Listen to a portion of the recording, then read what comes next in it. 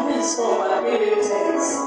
He's the rock, your rock of salvation, our fortress, our refuge, the Lord in him we trust, who has never failed us, who has never left us alone. Bless his name. Oh, bless Jesus. I love to trust in him.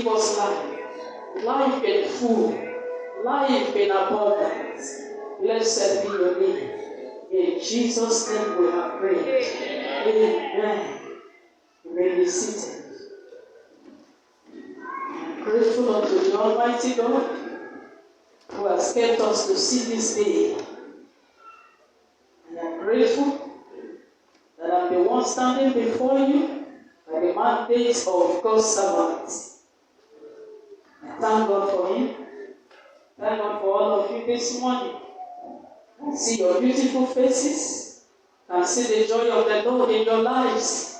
Blessed be the Lord God in Jesus' name. Hallelujah. Amen. We are still on marriage issues. past 3 Sundays, we have been talking about marriage and family matters. And today we are going to look at what will help a single brother or single sister to decide who to marry. We shall be looking at the right motive for marriage. The topic today, the subtopic is marry for this reason. Marry for this reason. We're going to find out the reason. Praise the Lord. Marry for this reason. That's the topic for today. Of course, we know that marriage was instituted by God for specific purposes. Therefore, it is important that everyone that wants to get married understands them. Because when the purpose of a thing is not known, abuse cannot be avoided. Abuse is inevitable. Praise the Lord. So, you will notice that the first purpose for whom God instituted marriage is companionship. God declared that it was not good for man to be alone. He realized Adam's need, his deep need for a suitable companion, a soulmate, someone with whom he could spend and share his deepest feeling. And of course, you know, that deepest feeling you will share with someone you love. Praise the Lord. Go with me to the book of the beginning. Genesis chapter 2.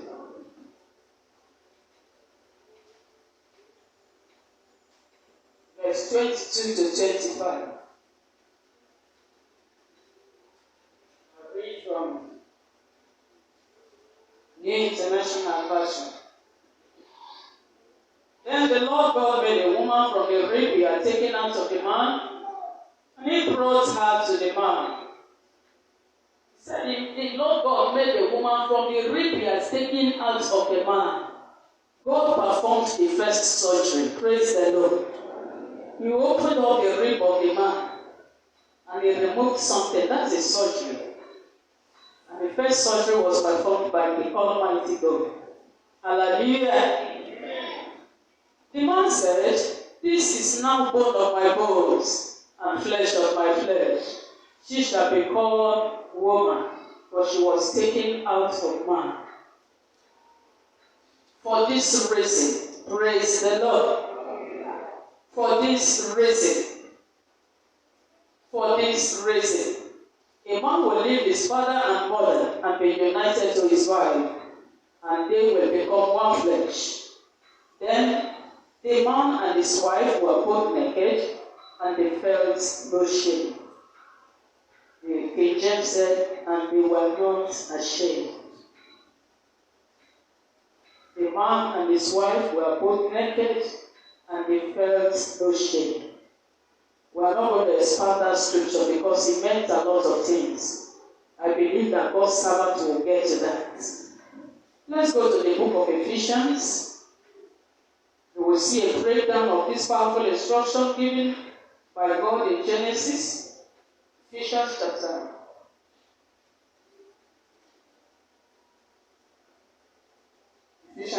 5.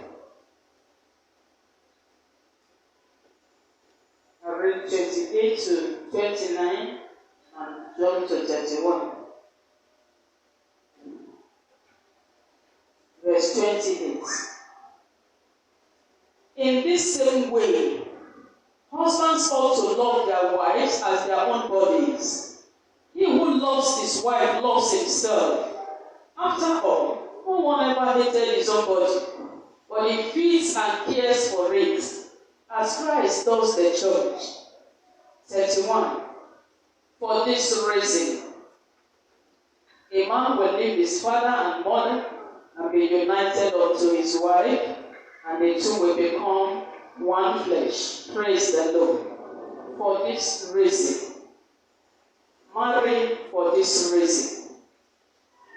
Marry for this reason. In recent times, there has been a lot of problems arising from marriage. It's sad enough that Christians who are supposed to provide solutions to those who have these problems through counseling or through the examples of their own marriages have rather added to the statistics of people with problems in marriage. Matthew 5:13-14 tells us that we are the light of the world. A Christian is the salt that will give taste. But it's so sad that even Christian marriages are failing. Christian marriages are failing, and they are adding to the number when they are supposed to be solution givers. When they are supposed to be counselors, giving salt, giving light, they are adding to the numbers. You find divorce in marriage homes, Christian homes, disaster in Christian homes, and it ought not to be. Praise the Lord. The best way to solve this problem of continuous marital problems is to deal with it from the roots. Our good God who instituted marriage has laid down infallible principles, workable principles that can guide us into marriage and preserve it. By the grace of God, we shall be looking at them. Praise the Lord. We are going to go to God's manner of marriage as we seek for solution to our numerous problems in marriage. What went wrong? What went wrong? This is an important question to answer. If there must be a solution to our ever-increasing marital problems, we are going to see what went wrong. We are going to answer that question. You will agree with me that the major cause of marital problem is lack of love. Lack of love. Lack of love. One major problem. We have read in Genesis, said, for this reason, a man will leave his father and his mother and be united to his wife, and they will become one. 1 plus 1 is 1. Praise the Lord. That's the mathematics course of the marriage. 1 plus 1 is 1. The Bible says, and they two became one flesh. 1.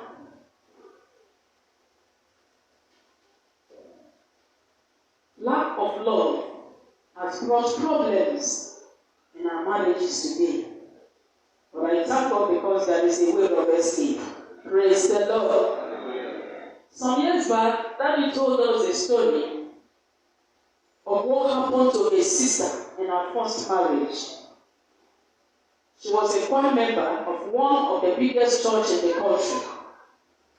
And one day a young man approached her for marriage. This young man at that time pretended to be serious in church.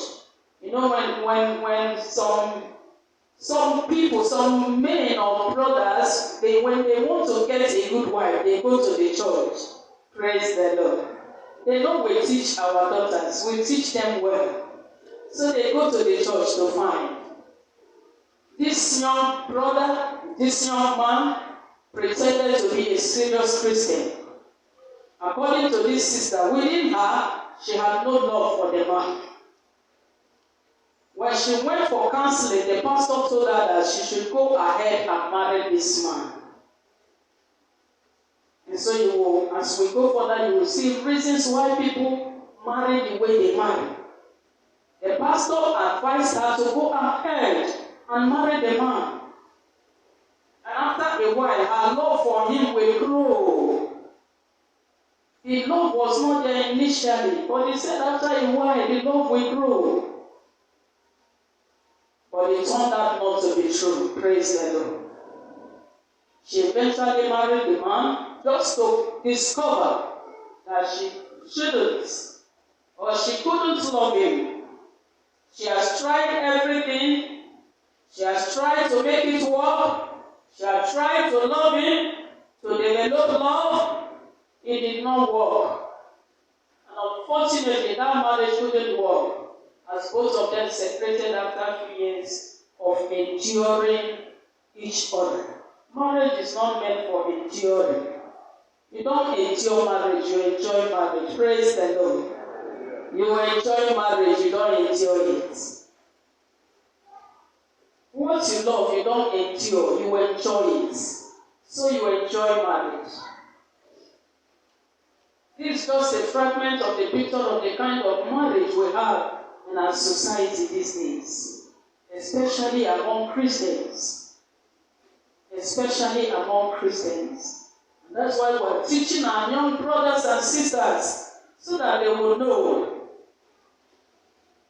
The real problem is that many people go into marriage without love. A lot of people go into marriage with the wrong motive. So many people enter, both the single brother, the single sister, they enter into marriage with wrong motives. That's why the marriage will crash. Not too long. But God will preserve our marriages in the name of Jesus. As you are hearing this word in this season, God will help you to do the right thing and enjoy marriage in the name of Jesus. Wrong motives for marriage. Wrong motives for marriage. A lot of people have different motives before entering into marriage. Different motives. Different ideas, different things that they want to go into marriage for, what they want to get out of the marriage. Many people have different motive about it. Some people marry in order to have somebody that will give them free sex. They just need a bedmate. They just need a bedmate. Anytime, anyhow. They just need a bedmate. And to them, that is just their problem. That is just why they want to marry. Some other persons marry in order to have children. I'm the only child of my mother. I want to marry somebody that will give me plenty children. I want to marry. Let me marry this young girl. This one is innocent. She doesn't know anything. So she can give me as many children as I desire. The only female child in my family. And so I want to marry and have many children. Praise the Lord. Some other people marry to have somebody who will take care of them. They just need somebody that will take care of them. Somebody that will take care of them. I need somebody that will pet me. I need somebody that will cuddle me. I need somebody that will look at my face. I need somebody that will just take care of me. There are people who go into marriage because of money and wealth. This brother is rich. This sister is rich. I will marry her because she's rich. I will marry him because she's rich. Oh, he's from a wealthy family. She's from a wealthy family. I can follow them. And so they marry because of money. They marry because of wealth. Other reasons or motives why some people choose a particular life partner. The person is beautiful. Oh, that sister is beautiful. That brother is handsome. I will marry her. She's very beautiful. She's beautiful. If I go out with her, man, she's beautiful. And that's the only reason. That's just the only reason they are going for that marriage. It means you're walking by sight. And you remember what Proverbs 14 verse 12 says. Beauty is fleeting. Beauty will fade away. And so you don't marry because the sister is beautiful, the brother is too handsome. Hallelujah. The person is hardworking. His brother is hardworking. He's hardworking. His sister is hardworking. He's going to supply. He's going to work out money. He's hardworking. His sister is hardworking. She's a working class. So I'll marry her. We have had a lot of people that say, if it's not a working class lady that they will not marry, and the wife they want to marry must be a person that is working. The sister must be working. She must be working. Praise the Lord. And some marry out of pity. Oh, she's an orphan. And nobody is taking care of her. Let me marry her and help her. You don't marry out of pity. Don't walk by sight. Don't marry out of pity. Some of the motives outlined are not the reasons why God wants us to marry a particular person. At least we have read Genesis. So it is wrong for anyone to marry solely because of each of these reasons. Marriage should be based on love. Marriage should be based on love. You don't love that sister, you love her for her money, you love her because she came out from a wealthy family. Money may fade. Money may fail. Praise the Lord. Wealth may fail. If money can fail the whole nation, money can fail in the family. Praise the Lord. Nations today are crying. Money cannot save them any longer. The wealth they depended on cannot save them any longer. And so even in marriage, money can fail. So you don't marry because of money. You don't marry because you want to pity that brother, you want to pity that sister. You can't help any man. Our help comes from God. So you can't help anybody. So it's wrong for anyone to marry solely because of each of these reasons. Marry for this reason. And that reason is for love.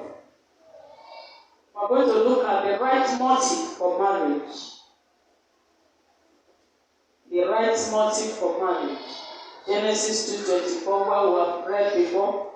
For this reason. Matthew 19 verse 5 and Ephesians 5:31 re-echoes the same thing. What is this strong reason that should be the only driving force that should make the man leave his father and his mother and cleave or be united to the wife he has married? Ephesians 5:28-29, where we read before. Bible tells us that the husband ought to love his wife as his own body. The husband ought to love his wife as his own body. For nobody hates his own body. No man hates his own body. You don't hate yourself. As a man, you don't hate yourself. You love yourself. You want to look good. You want to dress well. You want to eat good food. And so you don't hate yourself.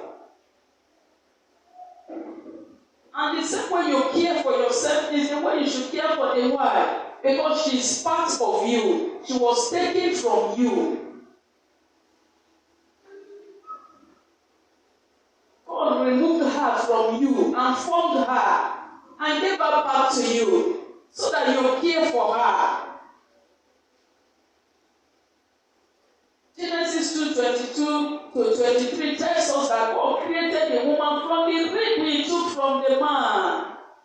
The rib he took from the man, he made the woman and presented the woman to him. What does this knowledge leave us with? God is making it clear. Every man who wants to marry should do so to the person he loves as his own body. They this body is your own. She came from you. And so you must love her as you, yourself. Praise the Lord. Ephesians 5:29 said it. After all, no one ever hated his own body, but he feeds and cares for it, just as Christ does his church. The same way Christ loves the church, and he gave himself for the church. He cares for the church. He builds the church. He treasures the church. That's the same way every man should treasure his wife. She came from you. And without the man, you are not complete. Praise that. Because without the woman, you are not complete. Praise the Lord. Because there is a hole in you that the woman needs to fill. There is a vacuum in you. It's only the woman that can fill it. And so you must cherish. You must care. You must love her.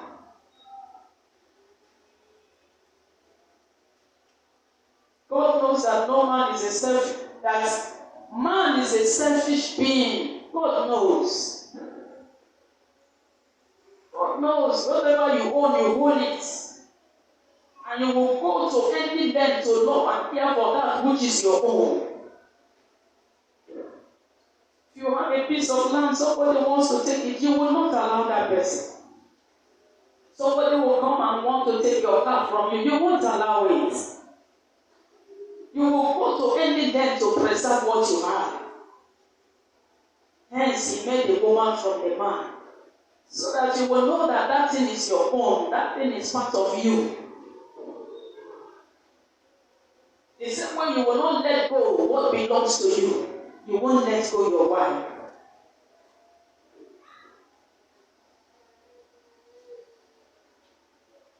Praise the Lord. The major guide to who should be your wife is love. That should be the major guide. If you don't love her, don't go for her. Love should be the major guide. The question is, what kind of love are we talking about? We're talking about God's kind of love. The unconditional love. The love that does not give and take. The love that does not record wrongs. It's not the one that she will offend you today. You go and record it in your diary. August 30th, 2020. And you record what happened. That's not the kind of love we're talking about. The unconditional love of God that forgives. That bears all things. Praise the Lord. For this reason, marry for this reason. No man or woman should consent to marriage based on one, pity. Some people marry because they pity the brother, they pity the sister. Oh, this brother does not have any helper. He's an orphan. He's handicapped. There's nobody to help him. No family member around. Let me marry him so I can help him. Oh, let me marry her. She's the only one in their family. She's suffering. Let me marry her. Remove her from this suffer. And the day you realize that you married her out of pity, you push her away. The day you realize that you are just helping this man, and some will even voice it out. Is it because I'm helping you? If not me, are you a man? Are you a man? A man that cannot take care of his family because I came to help you? Then you have realized that you married him out of pity. And this woman, you're pushing her out now because you married her out of pity. Now you have seen a better one. So you shouldn't marry because of pity. Do not marry because of pity. Number one, don't marry because of pity. Don't pity anybody. You can't help anybody. The Bible said we look unto God. Our help comes from Him. Our help comes from God. So that person that you're pitying, you want to help. You God has destined something better for that brother, that sister. Don't think you are the one that can help him or her. Don't marry because of pity. Number 2, for this reason, no man or woman should consent to marriage based on reciprocating all the good deeds received from someone. He has been helping me. She has been helping me. If I leave her now, and he or she has helped me, so let me marry him, let me marry her to show appreciation. She has been helping me. She saw me through school. She saw me through here, through that one. Let me marry him, let me marry her. And the day you realize that you didn't marry her for love, you push her away. The day you realize that you did not marry him for love, you push him away. We have heard so many cases. A lady spent all her time training a young man, saw him through school, he got a good job, they had children, he had a good job. But one day he realized that he didn't marry her for love. He realized himself. He didn't marry her for love. He married her because she was hardworking and she can assist him. She can help him. She can bring him up. And he pushed her away. She was still in his house. He went and married another lady. Married, did traditional marriage, did wedding, and brought her home. And this our young sister never knew that the husband has gone to marry another wife. And let me surprise you to know also that all these years they were living together, he never paid a dime on her. He just kept her in the house, using her.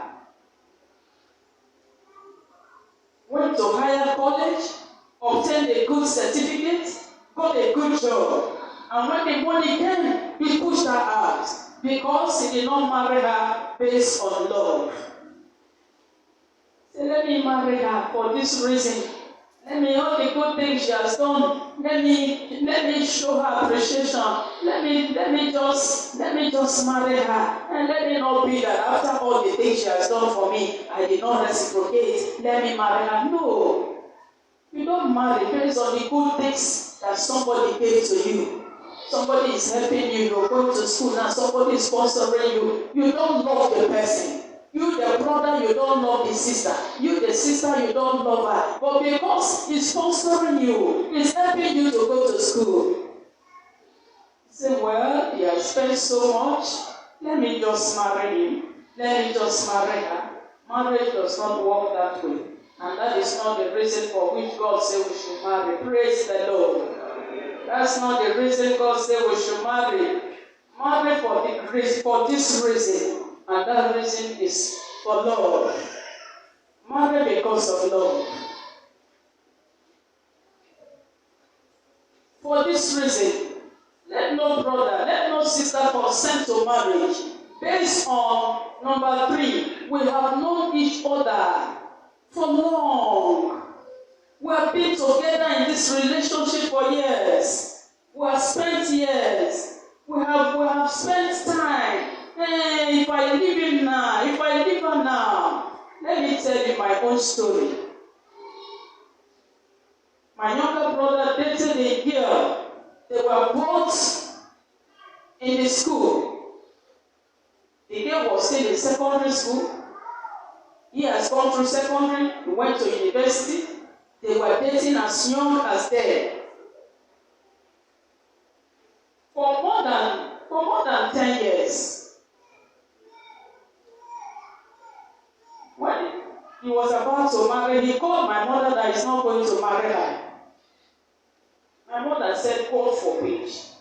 She had to send for all of us. We are 4 girls. She sent for all of us from her husband's house. She called us, we should come. I thought it was something serious. He said, look at what your younger brother said. That he's not going to marry this girl that he brought. In fact, we trained up that girl. We taught her, my mother taught her how to cook. We taught her how to do housework. She left her parents very young. Mother said, it will not happen, no. It will not happen in this house. If somebody will treat my own child like this, I will not be happy. You must marry her. You cannot keep her. See how many years now, and now you want to marry another person. That person will not enter my house.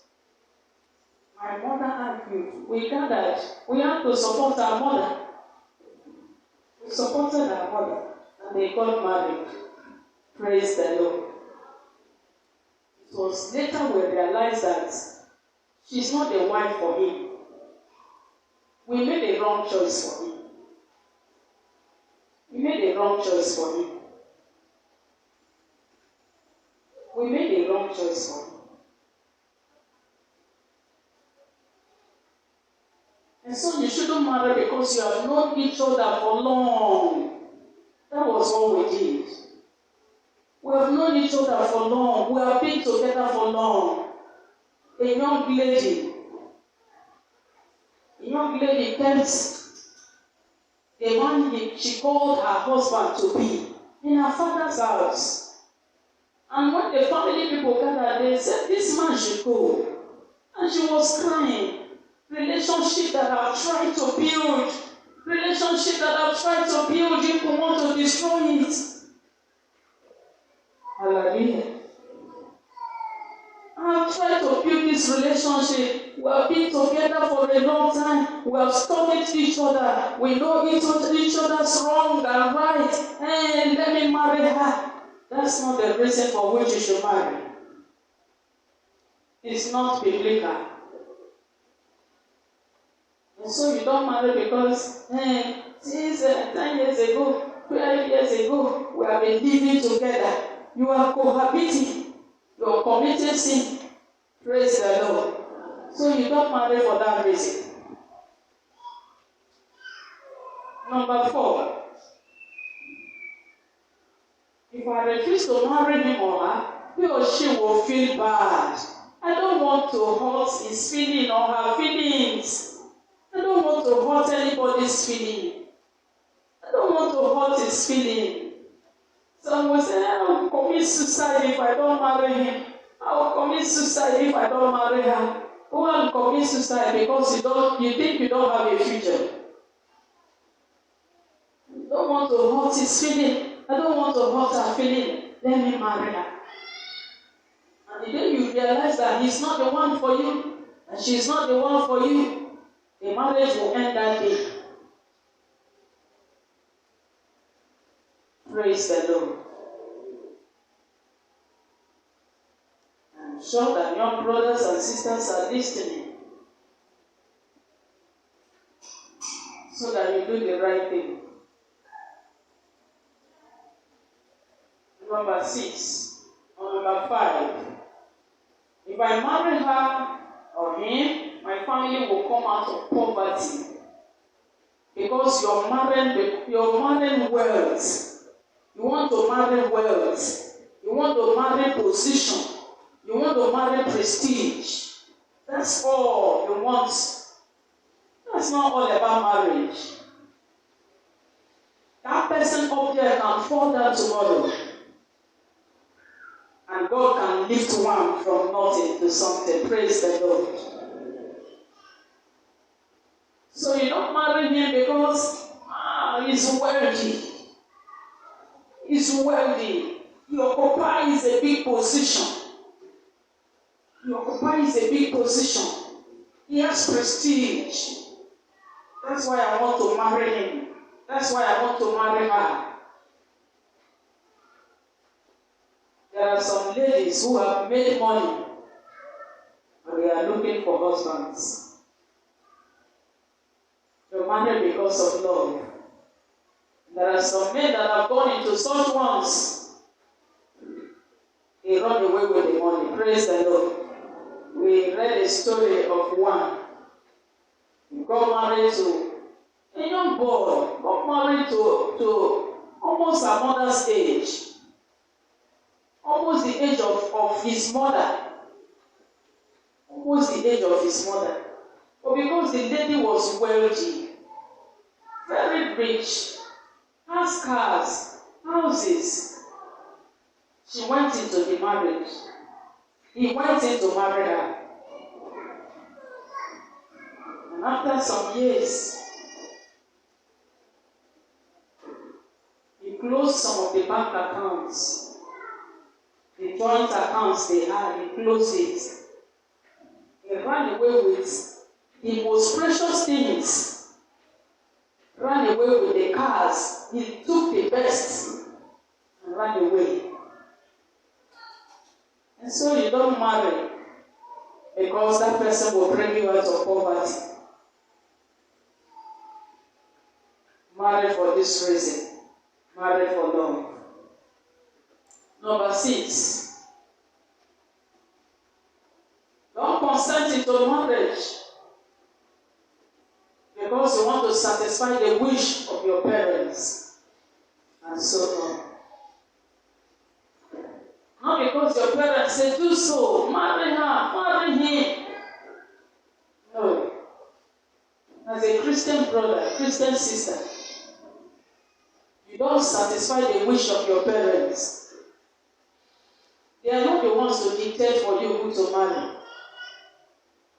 When Isaac married his wife, when he has finished marrying her, he brought her to the mother. Praise the Lord. It's not the mother that will bring the wife to you. We have seen so many in Nigerian movies. And in fact, some are happening. It's not your mother that will bring the wife to you. You are the one that will see, marry, and bring to your mother. Praise the Lord. Not your parents. Not the family members that will tell you who to marry. You must marry this person. Even when you are married, they will still bring one and say, this one is not your wife. This is your wife. Praise the Lord. And so you don't satisfy the wish of your parents, your family members, your friends. Some will depend on their friends. It's their friends that will tell them who to marry. Friends will tell them who to marry. Oh boy, don't marry this one. Okay, don't marry this one. This is the one you're going to marry. And when you marry based on your friends, on the wish of your friends, you will soon realize that she's not the one for you. May God deliver you in Jesus' name. And I also said you should not consent into marriage because of a prophet said you should do so. One prophet somewhere said you should do so. Marry her. Marry him. It's the one for you. Daddy has several times said it. It's not the one that will make choice for you. He will only counsel you. He will only guide you. And so the prophet should not be the one to make choice for you. Some people marry because the prophet said so. There's a beloved sister that lost her marriage because the prophet said so. A marriage she has prepared. She has even bought her wedding things. They've agreed to marry. She has bought her wedding things. But the prophet said, no, he's not your husband. They even had children. But because the prophet said, he's not your husband. The wedding thing she bought was what the husband used to marry another person. Praise the Lord. So you don't marry because the prophet said so. You are not going to live with the prophet in your house. You are not going to live with the prophet. And then you should not also consent to marriage based on carnal conditions. Like tribe, status, color of the skin, educational attainment, family background. You don't marry based on carnal conditions. And my people don't marry from here. They don't marry from this community. They don't marry from this tribe. We are white, they are black. They are short, we are tall. You don't marry based on that. I just love a fair lady. I don't want black people. Don't want these dark people. I don't like fair people. I like dark people. I like tall people. I don't like short people. All these are nonsense. That's not what God said we should marry for. Praise the Lord. You don't marry because he has master's degree. He has master's degree. He can have master's degree and does not have brain. She can attain to that height and does not have manner. So the educational attainment should not be a reason to go into marriage. And you should also avoid forced marriages or marriage based on trial and error. God is the best matchmaker. Don't rely on men's recommendation. Praise the Lord. I want you to know that a godly marriage is built and sustained by sacrificial love. A godly marriage is what we are talking about. A godly marriage. Godly marriage is built and is sustained by love. Marry only for love. And your marriage will be a blessing in the name of Jesus. Remember, marriage is a lifetime union. It's not a cinema where you can choose to walk out when the movie becomes uninteresting. You're watching a cinema and the movie becomes uninteresting, you can leave the movie. You can choose to another channel. That is not marriage. Marriage is not a cinema. It's a lifetime union. So you have to prepare for it. You have to prepare for it. Have the right motive. And in everything, marry for one reason. And that reason is love. And the love is the unconditional love of God. May God bless you in the name of Jesus. Rise to your feet. Marry for this reason. We are talking to the unmarried, and I believe that even the married, they are also learning. Marry for this reason. Marry for this reason, and that reason is love. You are married, and you don't have love for your wife.